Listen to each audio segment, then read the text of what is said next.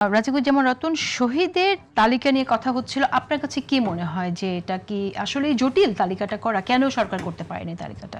এটা জটিলতার কিচ্ছু ছিল না। এটা ছিল ইচ্ছা করে এটাকে হয়তো একটা মিথ হিসেবে তৈরি করে রাখা। হ্যাঁ, আর একটা হলো জুলাইয়ের বেদনা এবং জুলাইয়ের সুবিধা দুটো পাশাপাশি চলছে। যে মানুষ সন্তান হারিয়েছে, যে তার স্বামী হারিয়েছে, তারা কিন্তু বেদনার সঙ্গে জুলাইকে স্মরণ করে। আর যারা সুবিধা পেয়েছে তারা মনে করতো যে আগের সরকার দুর্নীতি করেছে, তা আমরা করতে পারবো না কেন? তারা একদল চেয়েছে দুঃশাসনকে হটাতে, আর একদল চেয়েছে দুর্নীতির ভাগ নিতে। এটাই আমরা দেখলাম জুলাইয়ের পরে এই ঘটনাটা ঘটলো। তা নাহলে দেখুন, যে বৈষম্যের বিরুদ্ধে আমরা লড়াই করেছিলাম, বৈষম্য সমাজে তো প্রকট, সে বৈষম্যের ব্যাপারে কোনো কথা তো নেই। আমরা সনদ নিয়ে অনেক বিতর্ক করছি, তাহলে কেন মাথাপিছু আয় যখন $3020 উন্নীত হলো, শ্রমিকের মজুরি বাড়ার ব্যাপারে কেউ কোনো কথা বলছেন না কেন?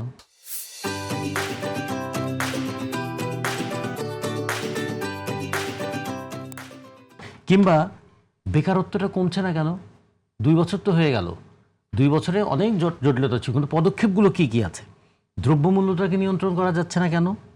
শিক্ষার ক্ষেত্রে একটা বড় ঘটনা দেখেন, এবার এইচএসসি পরীক্ষা দিচ্ছে 9 লাখ, আর আগের বছরের বাদ পড়া মিলে হচ্ছে 12 লাখ কয়েক হাজার।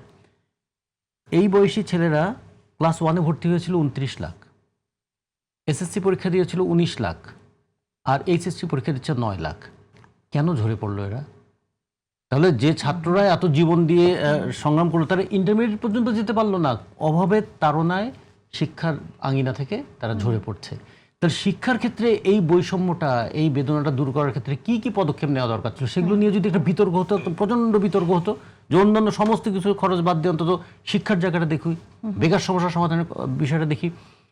1,03,00,000 টন আলু উৎপাদন হয়েছিল, সে আলুর কত আলু পচে গেল, কত আলু হিমাগারের অভাবে রক্ষা করা গেল না। আবার আরেকদিকে বন্যায় ধান নষ্ট হয়ে গেল, এখন হিসাব দিচ্ছে 400 কোটি টাকার ধান নষ্ট হয়েছে, 800 কোটি টাকার ধান নষ্ট হয়েছে। এখান থেকে কৃষকদেরকে বাঁচানোর উপায় কি? আগামী দিনের খাদ্য সংকট মোকাবেলা হবে কিভাবে? কত আলোচনা করার বিষয় আছে না? আমরা তো একটা দুঃশাসনের অবসান চেয়েছি তো অনেকগুলো কারণে।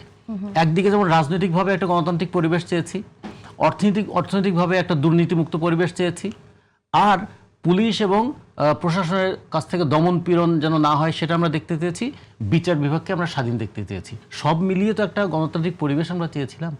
সেগুলো কোথায়? সেগুলো নিয়ে আলোচনাটা হারিয়ে যাচ্ছে। এখন আমরা কখনো শপথ নিয়ে বিতর্কে আছি, কখনো আমাদের সংস্কার নিয়ে বিতর্কে আছি, কখনো সনদ নিয়ে বিতর্কে আছি। এবং একটা সময় মানুষ বলবে যে সনদ, শপথ এগুলো খুবই গুরুত্বপূর্ণ, তার চেয়ে বেশি গুরুত্বপূর্ণ আমার ছেলের একটা চাকরি। ওকে।